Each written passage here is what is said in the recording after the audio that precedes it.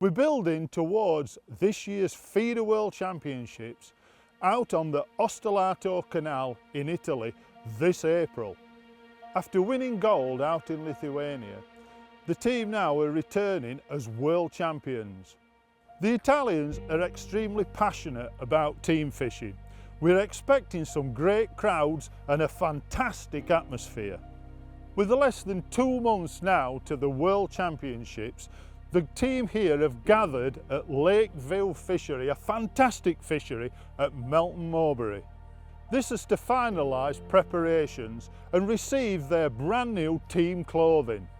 With the extra star as the team now are 3 times world champions. Personally, I've fished this venue 3 times. It really is a difficult place to fish and a very tough nut to crack. Winning the World Championships last year in Lithuania was amazing, and to get back as #1 in the world is a dream come true. So I've been the England feeder team manager for several years now, and the performance that we gave in Lithuania to win the World Championships is the best performance I've ever seen this team give. I've been involved since 2011 at the start of all of this, and the set of lads I've got now, they're the most talented I've ever fished with.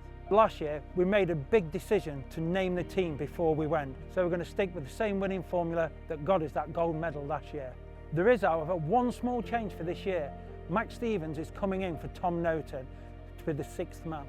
This is because last year, Tom Noten's river expertise helped us to get that gold medal, but I do believe it's horses for courses, and the kind of fishing we're going to encounter on the Ostellato will really suit Max Stevens.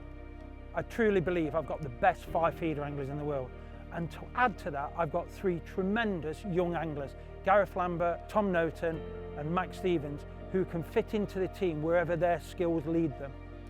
Winning in Lithuania meant everything to me. I'm not going to lie, there was a little bit of self-doubt. It's been a few years since we got on that first place on the podium, and that made it extra special. I think the new format of 3 match days is good. We've had a lot of years now where maybe we've not been quite on it on day 1, then we've won day 2 and we've come away thinking 1 more day we'd have won this. So I think 3 days suits us. I think going into this year as defending champions, it's took the pressure off a little bit, but not in a bad way. Everyone's a little bit more relaxed, but equally they're very focused. The big plus and something that worked in Lithuania was going as 6, but with 5 knowing they're fishing. It takes the pressure off in practice. You could see people were prepared to get off their box, go and look at what's happening, and you learn a lot more that way. We went to the Ostellato in 2018, but that was in July. Now, from what I've been told, it's a very different venue in July. April, we're expecting a lot less fish, but bigger fish, which could suit us as a team, but you never know what's going to happen after 7 days fishing. The Ostellato is basically a massive canal.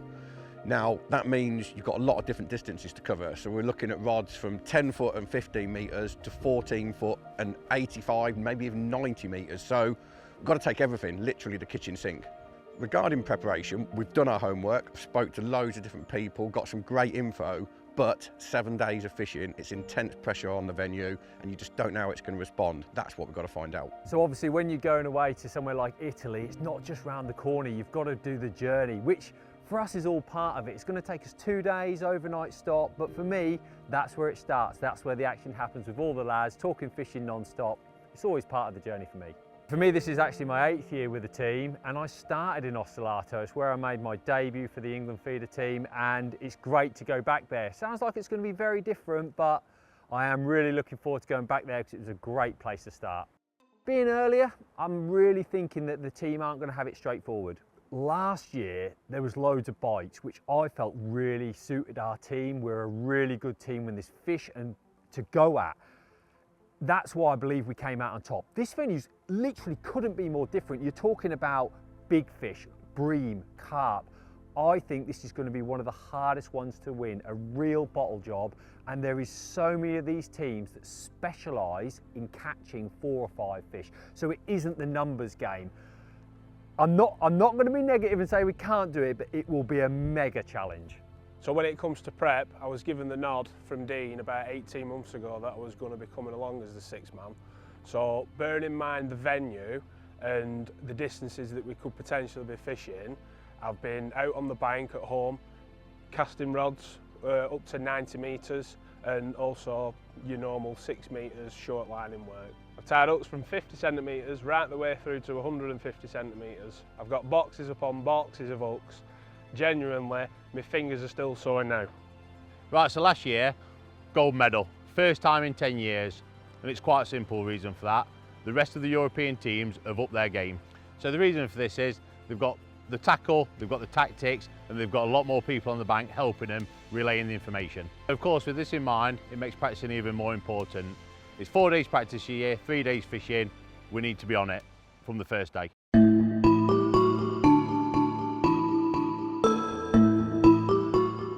Right, here we are on the Ostellato Canal for the, well, it's actually the 3rd day of practice, the 3rd day that the England team have been fishing, with not a right lot to report, to be honest. The fishing's been extremely difficult. The weather has not helped. The weather's been horrendous. I mean, the first 2 days, even yesterday, it was blowing an absolute gale and quite a bit of rain. So there's not been a lot really to talk about. But the weather started to improve a little bit. I think we're going to get a little bit of rain again today, but it looks like the fishing's also started to improve with the weather. It's early on in the 3rd day session, and they're already catching an odd fish. There's been a few carasio caught in our box. Now the boxes are 90 metres wide, and we've got 6 anglers practicing each day. And of course today it's getting nearer and nearer the competition, so they'll be wanting to start to finalise a few tactics. The boxes for the competition are 90 metres wide. Now that might sound a little strange to somebody who doesn't actually go fishing, but when I talk about the box, I'm talking about the distance that the anglers have to sit in. So this is 90 metres wide. We've got 6 anglers fishing, but only 5 will fish in the competition on the weekend. For this year's competition, we've actually got 29 teams competing. Now this is fantastic because it shows you that feeder fishing is growing year on year. After speaking to Dean Barlow, the tactics that the England team have started to develop is fishing quite at distance. They're fishing sort of 60 to 90 metres. When I say 90 metres, close to the opposite bank, and obviously that varies down the canal. But there's 2 lines to fish. There's one 60 metres and a longer line past that. The reason for this is quite simple. There's a lot of bankside disturbance, and also there's not a lot of fish feeding, so they're hanging away from the bank sides. So most of the fishing's going to be done at distance.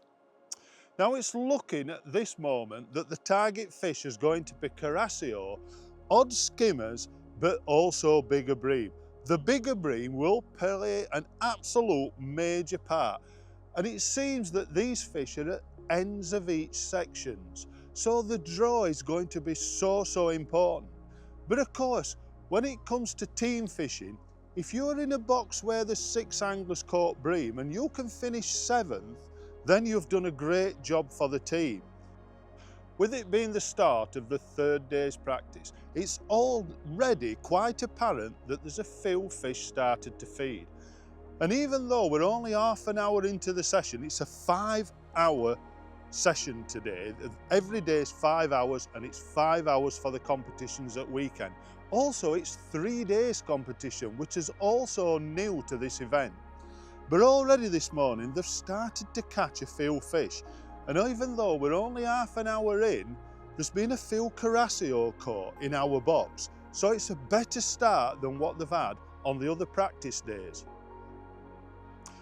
With this being the 3rd day of practice, it's quite important that they start to formulate some good tactics. So there's only 1 day's practice left tomorrow, and I'm sure the team meeting tonight will be really important to get that final day's practice dead right.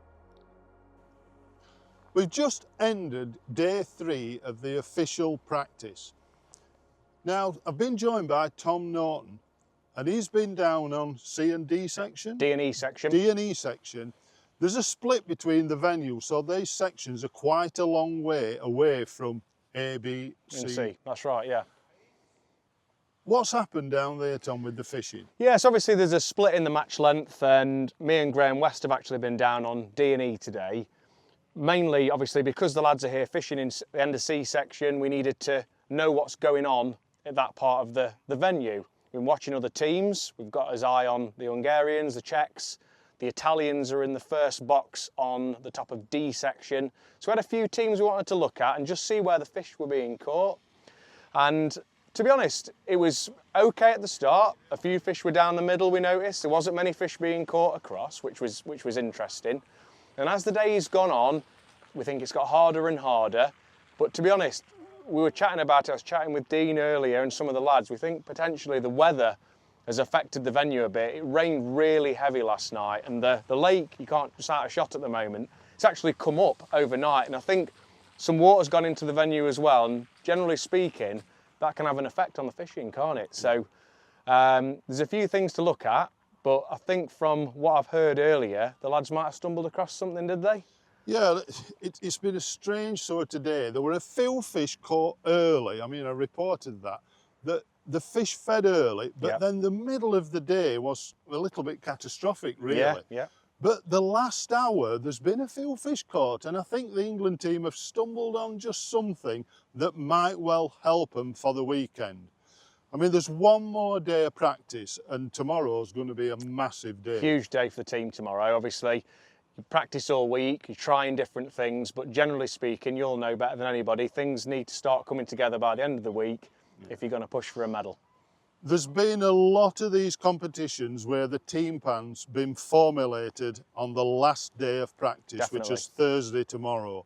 So there's 3 days of competition this time, not just 2 like there's been in the past. Now the tactics will change slightly, probably because there's 3 days. You don't want to be away from, chance of a medal in the first couple of days. You want to leave yourself chance to win a medal, You want to be in the hunt. or even win it on the last day. Absolutely, because Alan's dead right. You need to try and keep yourselves in the race. You want to be in the hunt after day one. We'll see what tomorrow brings, a big day of practice. Hopefully the lads sort it out.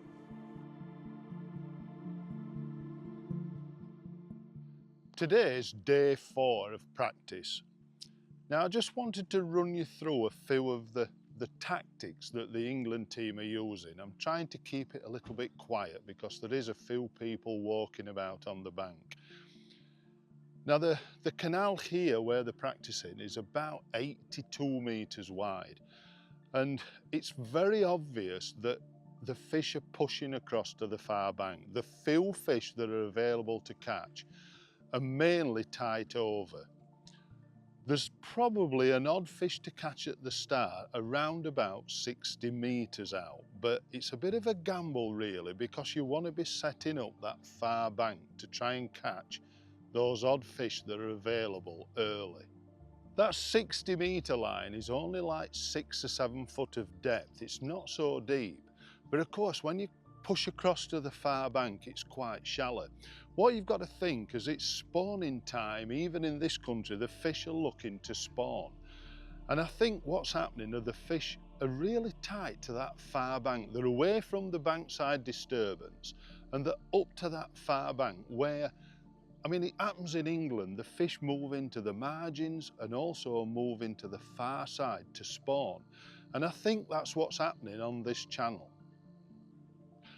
So as I've said, it's possible that that 60 metre line might produce an odd fish at the start before the push across to the far bank.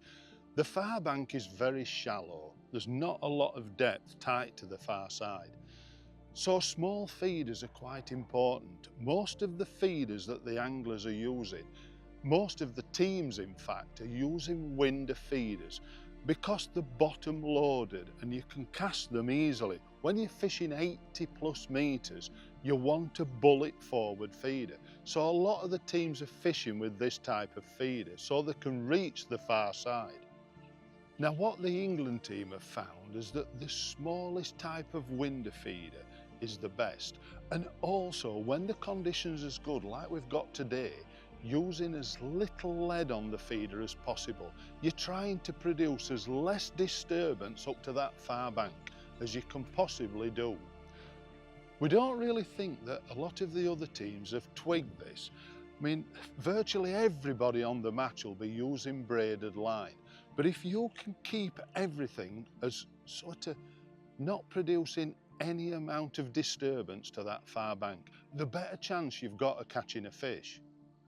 And there's already quite a few other teams that have come to watch Team England because yesterday they all managed to catch an odd fish or two. So it'll be interesting to see how this session unfolds at the end of the 5-hour session.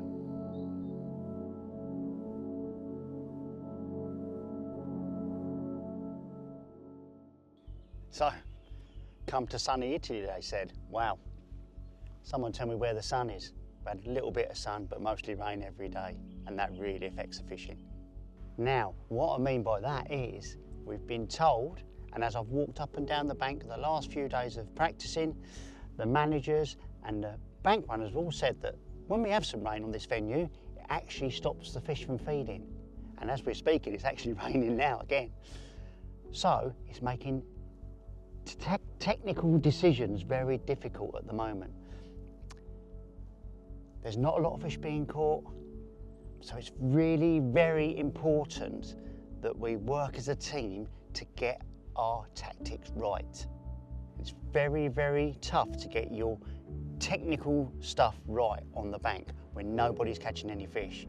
But it's not just the same for us, it's the same for everybody. Everybody's trying really, really hard to winkle out those few fish. And this is why it's so difficult to formulate a plan, because if you're not getting bites, how can you come up with a plan? It's just so difficult.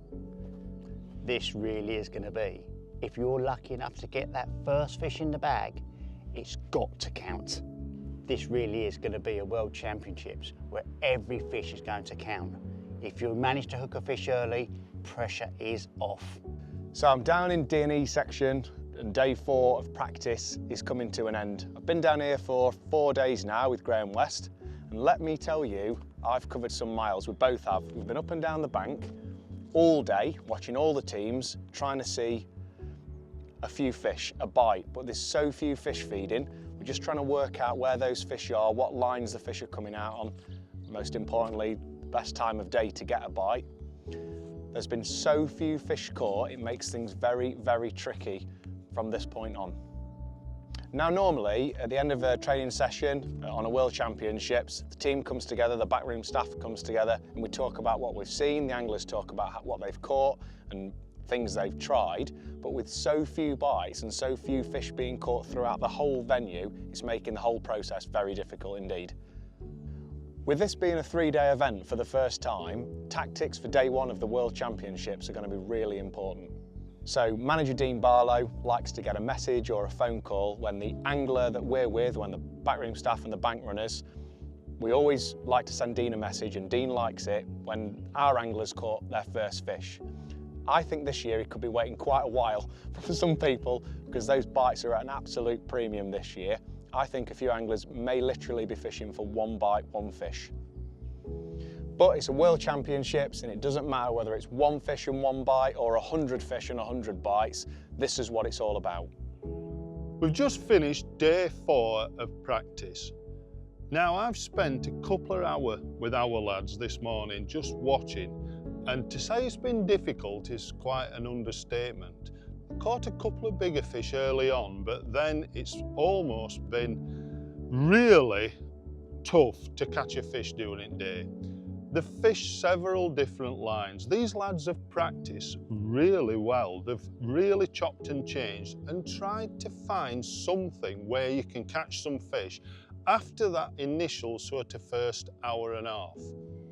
And they have caught some small fish, so it's not impossible that this match could finish up being a real technical match, even though you're fishing for very few fish. Now, when I say few fish, I walked probably 50 pegs down this match length and saw 3 small fish caught after the first hour and a half. So we know that it's going to be really tough. The only thing I'll say the 90-metre boxes, and I'm assuming that we've had 6 anglers fishing. I'm assuming that for the match tomorrow there'll be slightly more room in each box, because taking out one angler, the pegs are slightly more spaced. So let's hope tomorrow that it fishes a little bit better than what it has under these conditions today. It's been real tough. Now, coming into tomorrow, we've got 3 matches, we've got 15 hours of fishing.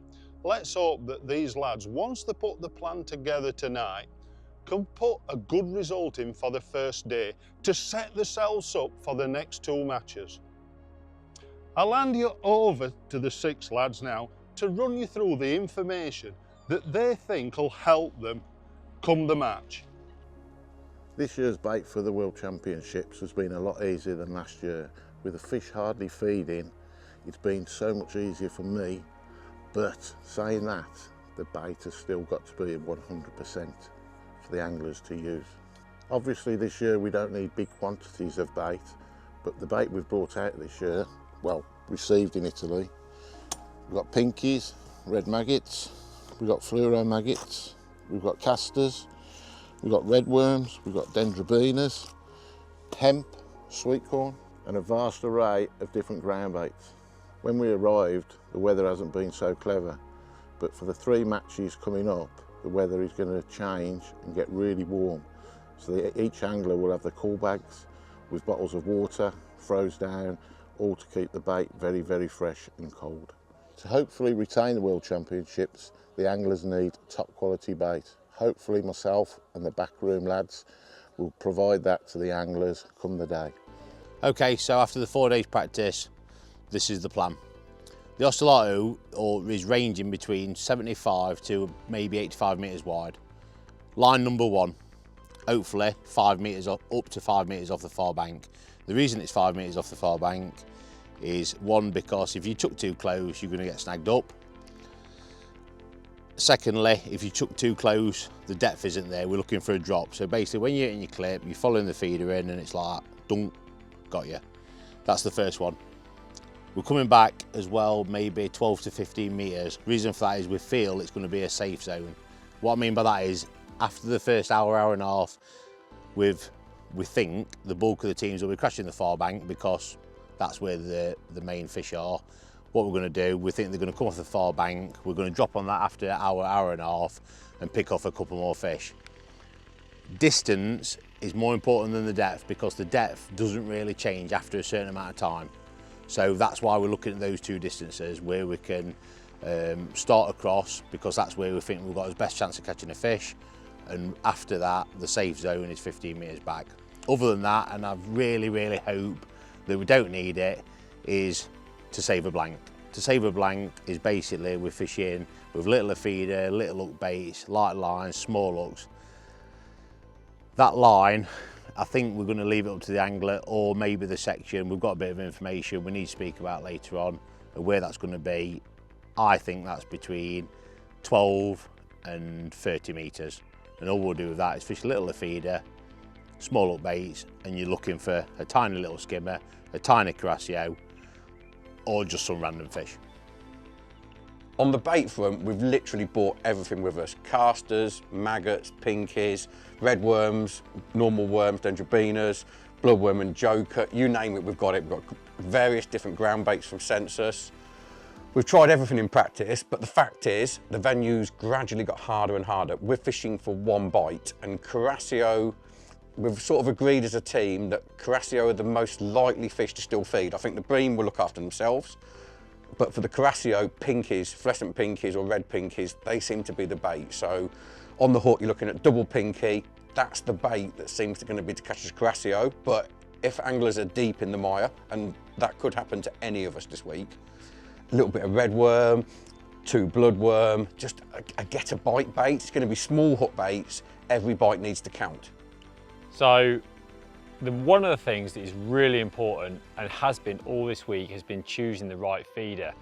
That far bank is from 75 to 85 metres, so it's a really long cast, and we've found window feeders best. Now, fortunately, a small window feeder has to be the best type of feeder for casting. There isn't a better one.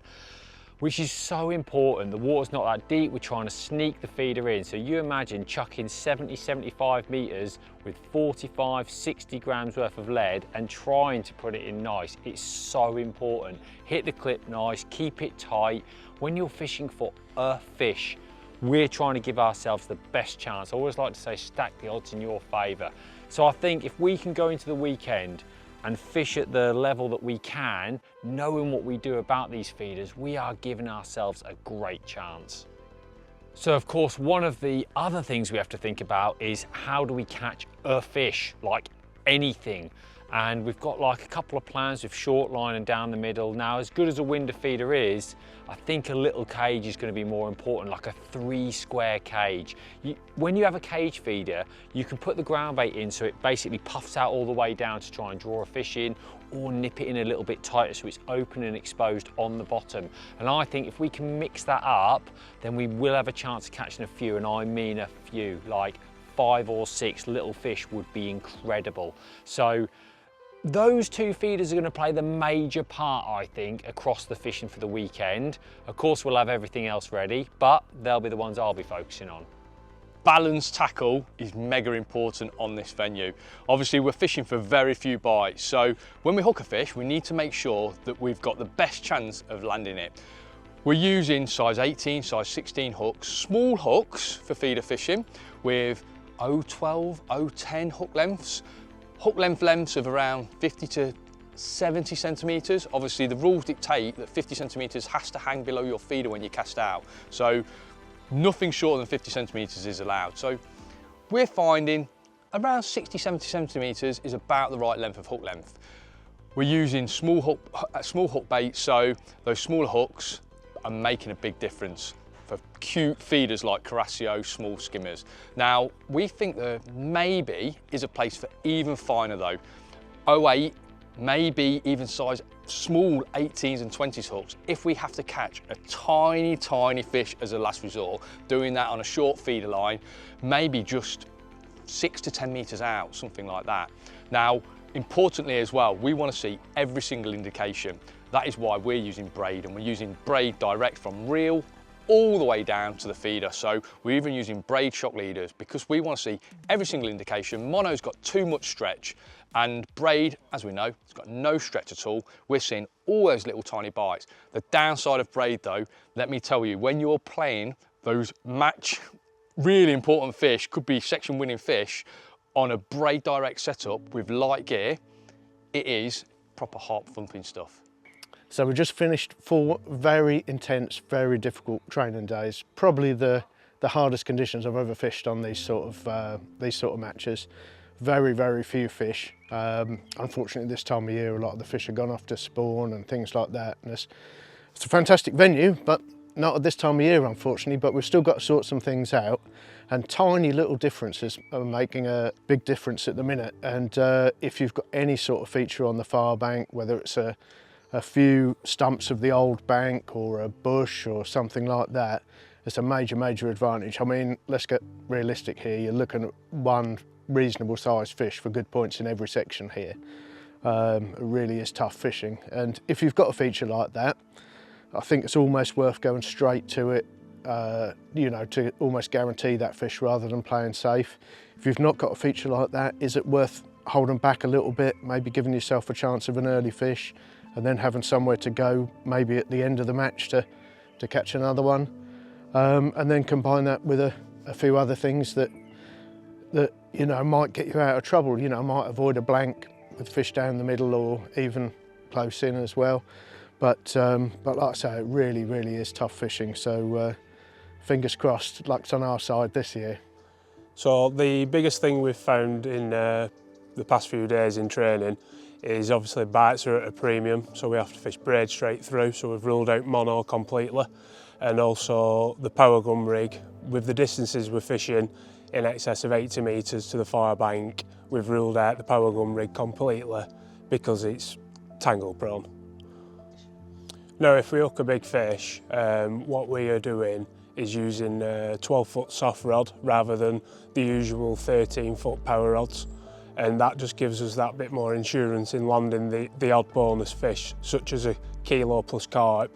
under the rod tip, which normally go crazy when they see daylight in the angler.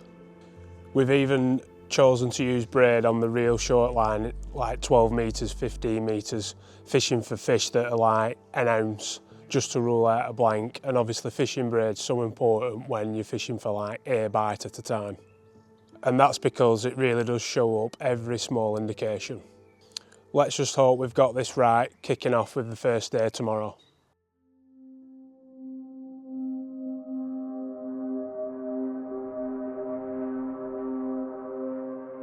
It's day one of the Feeder World Championships. England, as reigning world champions, come into this with a little bit of pressure on them, I think, maybe? Possibly. We all know that the venue is fishing really hard. You know, there's areas where there is a few fish, so there is some better areas, but as a general, I'd say it's pretty fair, Alan, to be fair. Yeah, So, I mean, yesterday, although the venue fished really hard, all your anglers did catch. And I think that's going to be a major achievement. If you can get 5 catches here and an odd bonus fish mixed in, you're going to score big points. You're going to, well, score low points. Low points, yeah. You don't want to be low. big No, points. you don't want to be big points.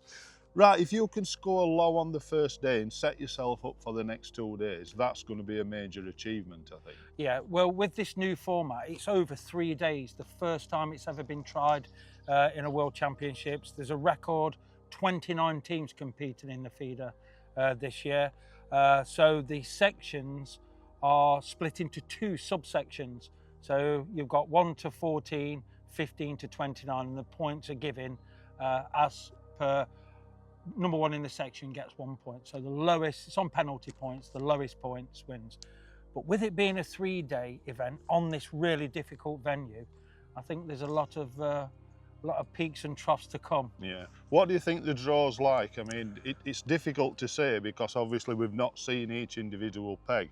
And we know on this venue, if you've got some kind of feature, it seems to help you to catch one of those bonus fish that's going to be so important. For sure. Another thing as well, there is end pegs which have dominated. So have we got an end peg? Not today, but I'm happy that we aren't in the subsection that's got the end pegs in. Right. So the only thing near an end peg we've got is Adam Wakely in the D section. So I'll just go through the section draw with you, Alan. So in A section, we have Rob Wotton on peg 27. Just behind us here, we've got Will Freeman on B25.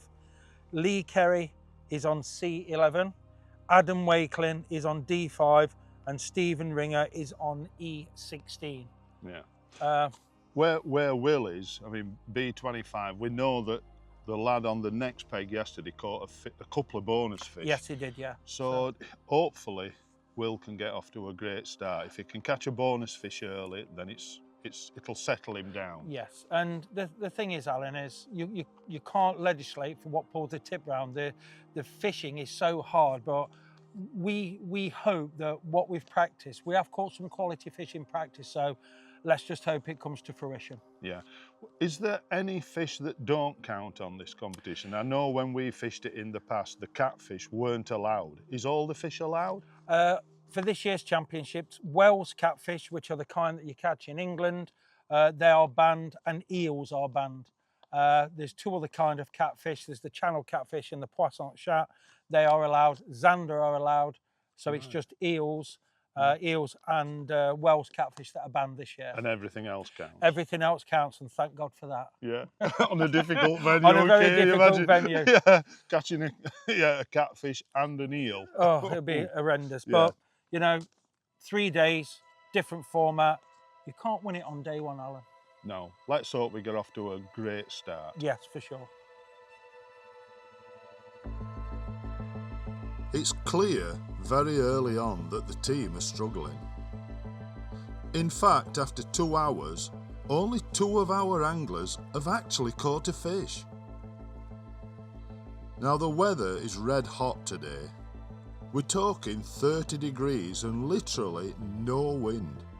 But rewinding 2 days, and the anglers were sat in thermals and waterproofs. You have to wonder whether that's having an effect on the team's plan. It looks like the Belgium team and possibly the Germans have something worked out, as both teams are catching the odd fish. We also believe that the Lithuanian team are right up there. The other team that looked to be doing well is the Polish team, who are targeting the fish short.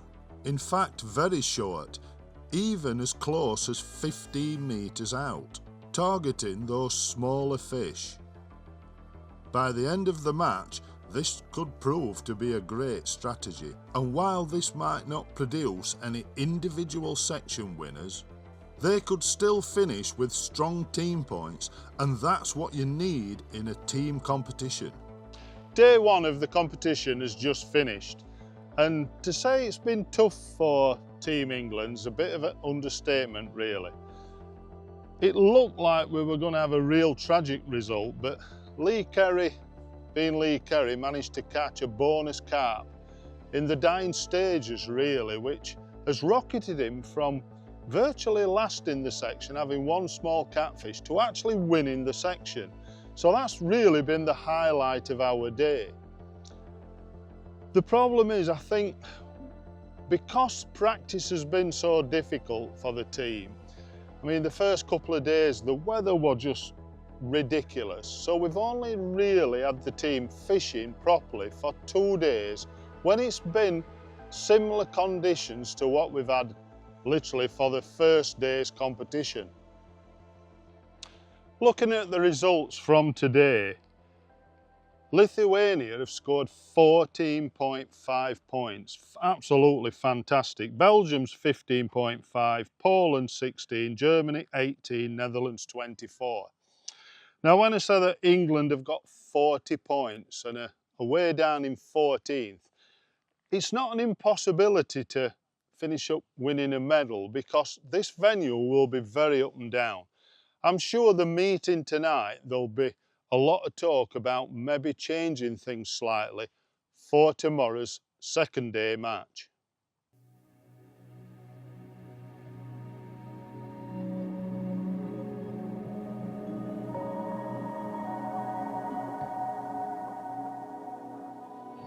Day 2 of the FIDE World Championships.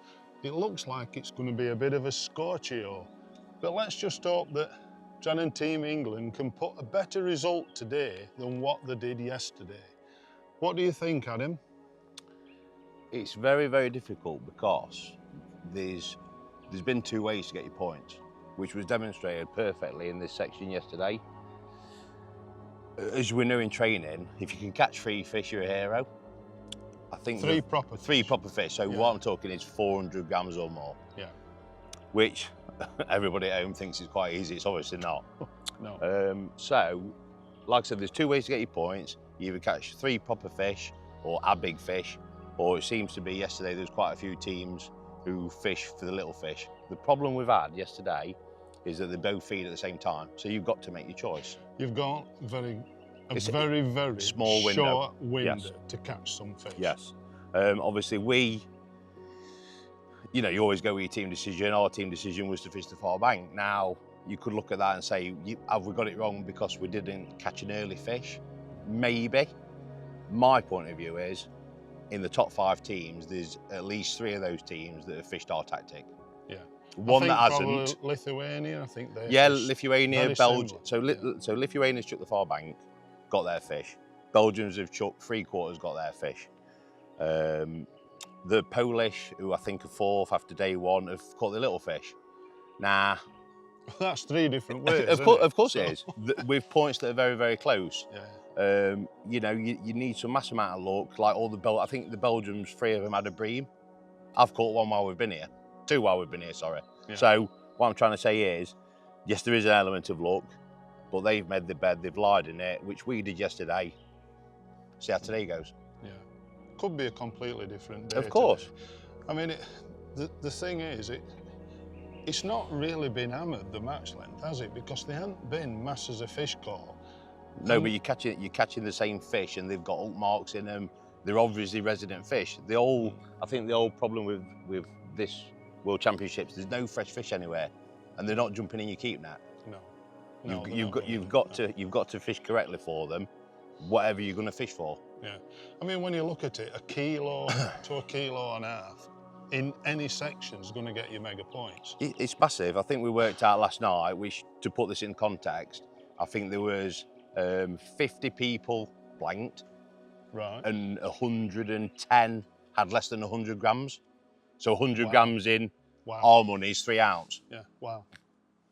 You know, that's the severity of the match. So, you know, this section again, like I said, if you look at the points from yesterday, I was 5th with 3 bites. The winner had 3 bites. Second had 4 bites. And 3rd place was the Polish guy who had 14 fish, which was 1 big one and 13 small fish. Even if you fish for them smaller fish, you still need to catch 1 slightly bigger fish to go with it. Of course, because like I've just said to you, realistically, you need 400 to 600 grams. 400 to 600 grams is potentially 12 to 14 little fish. Yeah. But the main issue is it's the same corridor where the big fish feed. Yeah. So you can't do both. You basically toss a coin. You're rolling the dice. Yeah. Yeah, fair play.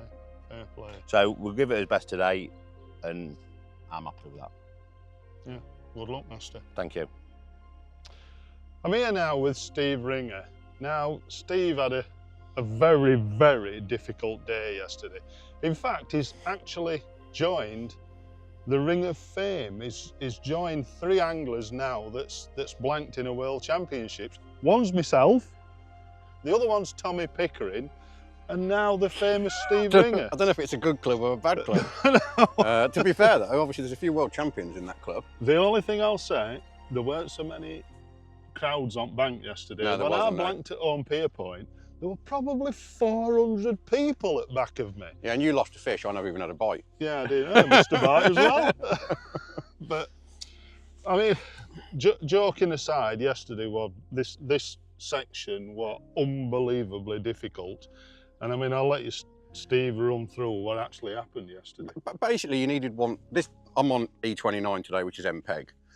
In theory, it's the best peg in the section, and I wouldn't dispute that. But he's had 4 bites in 5 hours. Yeah. And then he had all those fish in the first hour and a half. So even on the M peg, 3.5 hours, biteless. And then the rest of the section, you needed 1 Carasio.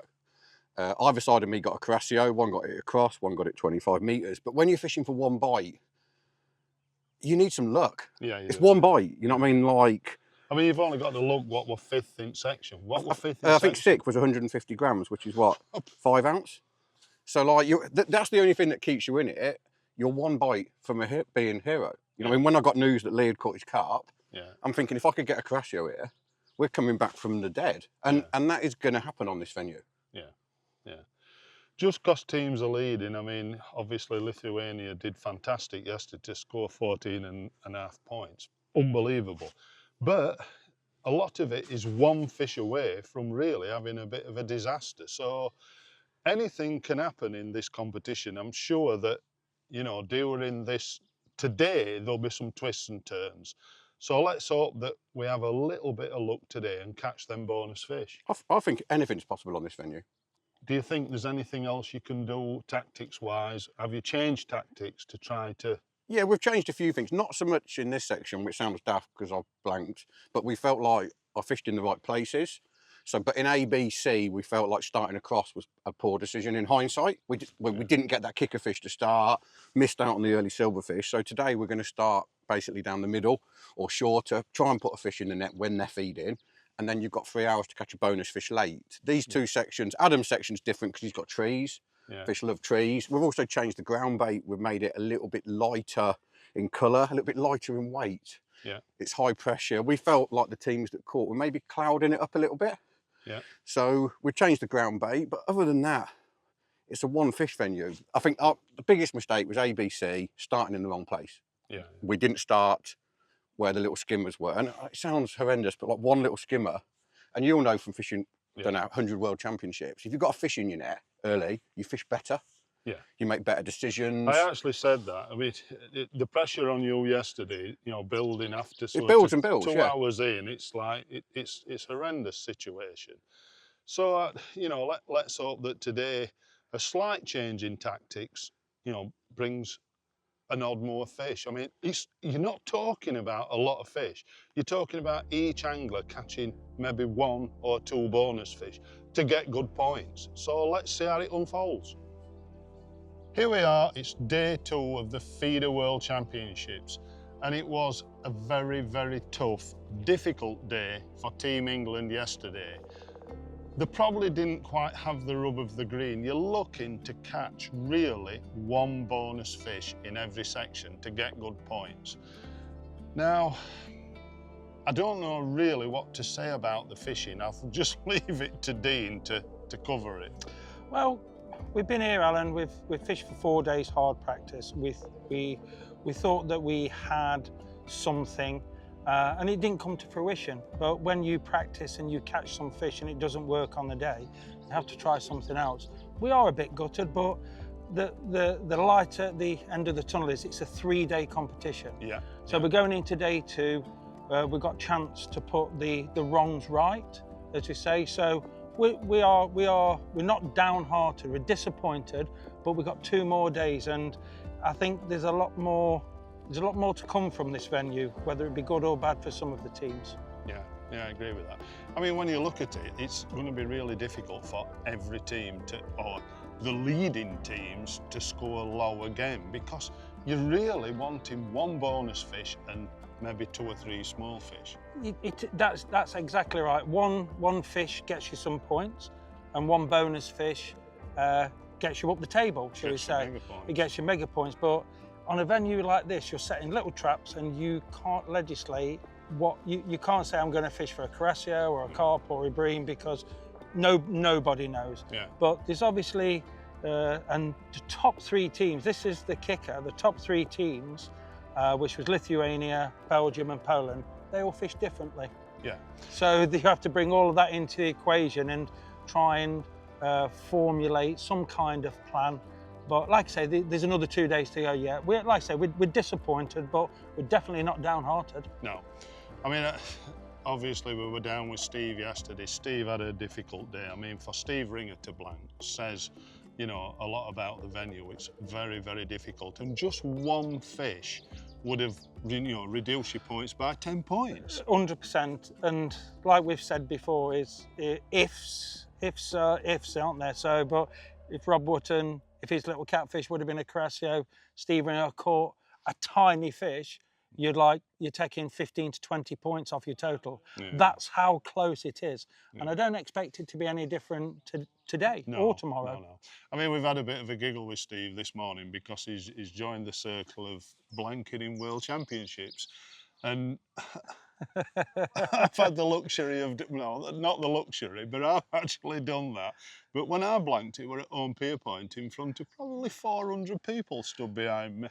Yesterday, there weren't so many people on the bank, so I know Steve will have been gutted, and I know what Steve's like. He'll have gone back and he'll have proper been, chewing over things. He's absolutely gutted, but the champions get back on the horse. Yeah, and the difference is, back then when you was fishing, there was only people watching. There's thousands and thousands watching on Facebook. Yeah, you're right. And everything like that. I never thought about that. So there's a few more, and the other thing as well, and you get a lot more people commenting on it. But that's the nature of the beast. Stephen will bounce back. That's what he does. We're all our team. Like I say, we're really disappointed. But you could still possibly win. Of course. I mean, 2 low scores and, you're back in it. Yeah. It's going to be one of those where, today's another day. Today's another day, and tomorrow as well. It's going to go down to the wire, that's for sure. Well, we're well into day 2 now, and we've still got 2 anglers that haven't caught. This is Will Freeman in C section, and Steve Ringer, who's on NPEG 29 in E section. Unbelievably, it's even hotter today, and barely a breeze that certainly isn't helping the fishing. With so little action, it's really difficult to understand what's happening under the surface. I mean, do we need to feed more to encourage more fish to come in? Or is it as simple as setting a trap and just been patient. Now, I've experienced lots of World Championships, and I'm not really sure what to say to the team to maybe help them in these circumstances. However, what is clear, we need both Will and Steve to catch in these latter stages. Day 2 has just finished. Again, it's been an awkward day. It's been very, very difficult for Team England. We've suffered one blank. Will Freeman's not had a bite. I think he was in C-section. I can only sort of reiterate that this venue has been super difficult. And the problem is, it's not a problem. When there's lots of fish, you can attack a venue and you can do things to catch a fish. Where I think this venue has been probably a little bit of our downfall with being too active, trying to make things happen. And I think probably when the lads look back on it, I think probably attacking a couple of lines with some bait, because it's apparent that a lot of our match has been based around not feeding so much because it's difficult. But looking back on a couple of things that's happened in the past, if you don't feed when it's a hot country, I mean, Italy, you know, the last couple of days it's been very hot. The fish respond differently to what they do in England. When it's difficult, you tend to cut back. And I think that's what's happened a little bit with the England team. They've maybe been a little bit too negative, but also trying to work the swims all the time, trying to make something happen, where maybe setting it up and fishing for quite long periods and being patient, probably been a better way to go for our team. But it's not in their nature to do that, I'll be quite honest. Today we've had 4 catches, but again, small fish. We've not really improved on points. We've got over 40 points with 4 catches. So we've probably caught slightly the wrong fish as well. Now, tomorrow's the last day. This time on the World Championships, there's 3 days fishing, which is in a way quite good because, you know, we'd still like to get something from this. And I think what they've learnt today will be slightly different approach, well, probably a big different approach tomorrow. And I'd like to see England bounce back and win the last day. They're not going to get a medal, it's impossible. But the lads have really tried like you wouldn't believe. I mean, I've witnessed it last 2 days. So let's hope tomorrow we can get some positive out of it and come away, you know, winning the day. Now, the team that does win will have fished a good competition because, I mean, I've already heard that Latvia had done very well again today. So they've got something right. We haven't.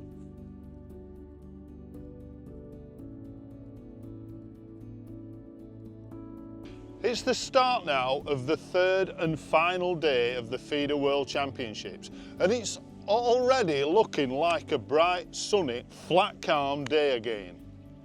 Now, this Feeder World Championships will certainly be remembered, but probably for all the wrong reasons.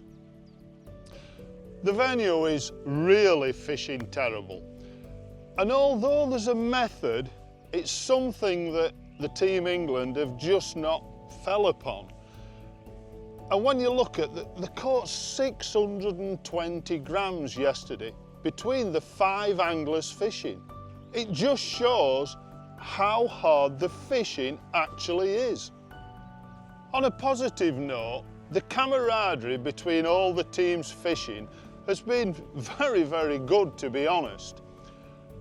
Now, the team has actually been changed for the 2nd day, and Max Stevens is going to step in place of Will Freeman to make up the 5-man team.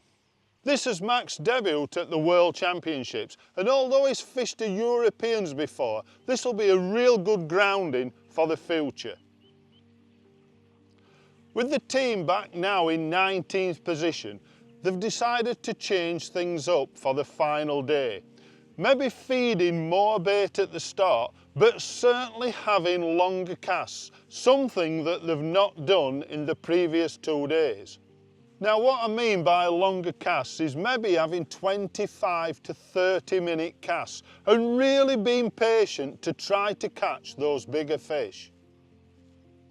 This is not a normal tactic for England. They like to work at the fishing. But here, this venue and having longer casts and being patient will hopefully help them to climb up the leaderboard and maybe even finish in the top 10. Hopefully, the next 5 hours will restore some pride for the team. I'm joined now with Walter Lenz from the Belgium team. I think Belgium's lying around 6th. 6th position So now. still chance of getting a medal, yeah? Yes, we are. But you need 5 catches, which... That was not happening yesterday, so we had it day 1. We managed to all have a fish, ended up with 15.5 points, which was brilliant. Fantastic. So we were very happy. We knew how to catch a small fish in the beginning, so our tactics from the practice in the week were correct. We tried it again yesterday, then one guy in D sector, which is terrible, didn't get a bite, but there it is very hard, so the factor luck is very, very big there. The guy in the A sector yesterday, he had a fish on, lost it, didn't get any bite anymore, so this difference of 7 points already. So at the end, we had one guy who won this section, that repaired it a little bit. The other ones with the fish even still had 11 points, or that what is too much. But okay, I think if we can today, that's what I told my guys, if we can manage to catch all one fish, because with my Italian friends told me 50% would be blank today, according to his estimation. So if we all could catch a fish, there is still a possibility to go to the podium on the 3rd spot, but we first have to do it. The problem is, Walter, the difference between one fish this big and one fish this big is massive. Massive. So there's a little bit of luck involved. And when you pick that rod up after a bite, what's on the end? What's on the end, yes. So a lot of people only will get one fish on, like yesterday on the whole day, and then the size of the fish is the second important luck factor, I would say, because you cannot determine to say, I will catch a big one or a small one. Whatever bite you get, you should manage to get it in. But okay, at the end there will be a winning team. So it's not what I would call a nice World Championship, to keep it polite. Yeah? But I mean, it doesn't have to be catching lots and lots of fish, just being able to catch some fish in each peg is nice. But having maybe one bite in a day, for our team, I can tell you, our guys spend a lot of money to come here. With the fuel prices now, it's very, very expensive for us. If you have then to come and sit here without maybe catching a fish, come on, this is not... Yeah, it's a big expense for one bite. For one bite. But as you've said, there'll definitely be a winner at the end. Yeah. And you know, there's 3 podium places to fish for. Yeah. Let's hope the Belgium team make it. We'll try it. Thank you, Alan. I'm joined now with Nicholas Barou from Info Pesh. Now, Nicholas has probably covered more World Championships than I've actually fished. So he's got a good idea what is a good venue and also what is good fishing. So I'll hand you over to Nicholas to just explain a few things about the Ostellato Canal and what's happening with the fishing today. Yes, obviously. Thanks for the invitation, first of all. It's always an honor for me to be next to you. And, well, of course... You've watched me a few times, A few times. Well, my first World Championship was in '84. Right. It was the first World Championship of Bob Nudd and Milo Colombo. I remember that. Well, you don't look that old. Maybe, but I am. So, yes, obviously I know Ostellato very well because there was some other World Championship there. It's a fantastic venue. It's very fair. The banks are perfect. It's comfortable for anglers, comfortable for spectators. And I remember a World Championship, but it was in September. on pole. 2010, I think. Yes, something like that. Yeah, fish, When Italy won, you was fishing. It was solid with skimmer and bream. Yeah, lots of fish. Lots of fish. Lots. Fantastic fishing. So it's just a question of season. Yeah. Yesterday I was walking on the bank and I was just next to Steve Ringer. He was on the end peg on the E29. So I walked down a little bit more upstream and there was a lot of big bream spawning there. Yeah. So there are a lot of fish there, but it's just a question of season. It's a pity that they didn't do it right in the middle of summer or even in September, October, but of course. I mean, forgetting all about that, I still think that a team that is fishing right and in the right fashion is going to win this World Championships. And for the England team, we've already got 2 catches of quite decent fish, which we didn't catch yesterday. We didn't fish in the right way, and I think we've probably realised that as a team, that we've got it wrong. So the team that wins here, I'm sure, absolutely positive that they've done something dead right to catch fish on this venue. So, you know, even though the fishing's really difficult, you know yourself, if you get the tactics wrong, you're down. Small details makes all the difference, always. And you have Germany and Holland, so 2 of the best teams for feeder fishing in the world who are not on the top of the list, so it's not by chance. No. Many people say, oh, it's luck, you have a small skimmer or a big mullet, it's just by luck. But no, at the end, it's these small details, and feeder fishing is quite complicated tactically, I would say, because you have so many possibilities. Really simple. Yes, but in the method. There's so many variations to it. Yes, because you can fish from 0 to 100 meters. Correct, yeah. Which you can't do with a pole. Obviously not. At last, things are starting to look better for the Drennan England feeder team, as all 5 anglers have now at least caught 1 fish. Considering the venue is fishing even harder today, that in itself is an achievement and even a small victory. The team have made a decision to attack their pegs with more bait today. Now this goes against everything that we've experienced back in the UK, when the fishing is tough. We've been leaving our feeders in for up to 30 minutes before rebaiting and recasting and starting again. Hopefully that the team will have restored a little pride by the end of the match. As for the final standings, it's looking like a 3-horse race. This is between Holland, Germany and Poland. It's certainly going to be incredibly close, and just 1 fish will make a massive difference. What a feeder World Championships that has been. Now Dean, we wanted some positivity to take away from this, and I think today we've actually got some. Definitely. Before we go into what we've done, Alan, I'd like to say a massive well done to the new world champions, which is Holland.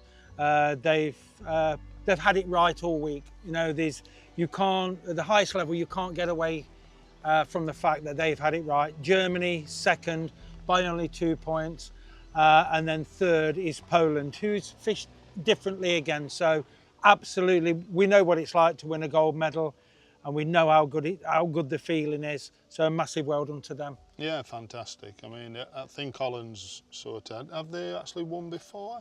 They have won before, yes. I think they won in 2012 in Belgium. Yeah, so on again, the Ghent rowing course. It's a fair time since they've won, so yeah, you know, fair play to them.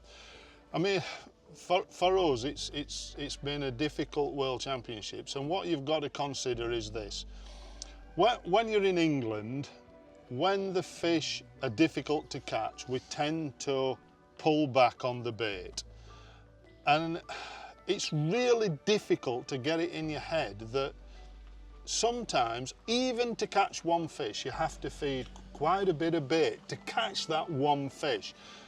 And it's looking that first couple of days maybe we didn't feed positive enough to catch the right fish. The right fish. That is, I couldn't have said it better myself, Alan. After the first day, we had 40 points, and you are still in the race because I think only 62 has won it. So you're still in the race with 2 good days. And then when it's fished so bad and so poor, as Englishmen, we end up chucking thimbles, using slop. We rein back off the bait, because that's how we fish in England. We catch large fish, feeding nothing, and tempting one into the peg. But it's obvious now, after day 2, we've changed it. We've been, and the key is as well, Alan, the main key was being patient. We're talking 30-minute casts with only bloodworm and little redworms on the hook. It's not, 30 it's minutes not what cast. we do, is it? We don't do it. I mean, in the practice, and I'll always be honest, we thought, wow, you can't bore one on the hook because a long cast for us is 15 minutes.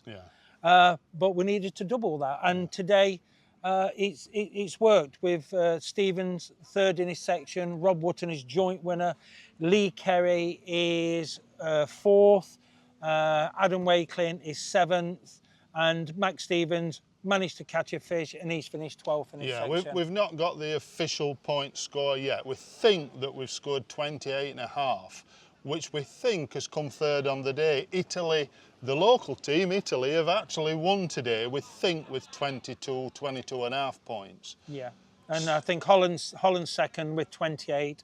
This is unofficial, so we're 3rd on the day, and you know, the local team, it took them 2 days to sort it out as well. So I'm all about, excuse me, I'm all about taking the positives.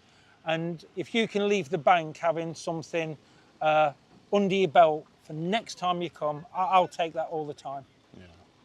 I mean, it's been a real pressure cooker atmosphere because there's been so few fish. I mean, Max Stevens has made his debut today. His caught a fish is not blank. We've had 5 catches. You can only take the positives from that. Well, that's definitely, Alan, and it sets us up for next year. You know, we've ended on a positive, and that's what we'll remember. Brilliant. Well done, mate. Thank you, Alan. As expected, it went right down to the wire, with the Netherlands taking the title, edging out Germany by just 2 points. And Poland finished up securing their first feeder World Championship medal, finishing in 3rd place. Also, congratulations to Belgium's Benny Mertens, who has won the individual title, finishing with an outstanding score of 5 points. Until we meet again next year in South Africa, tight lines to everyone and keep enjoying your fishing.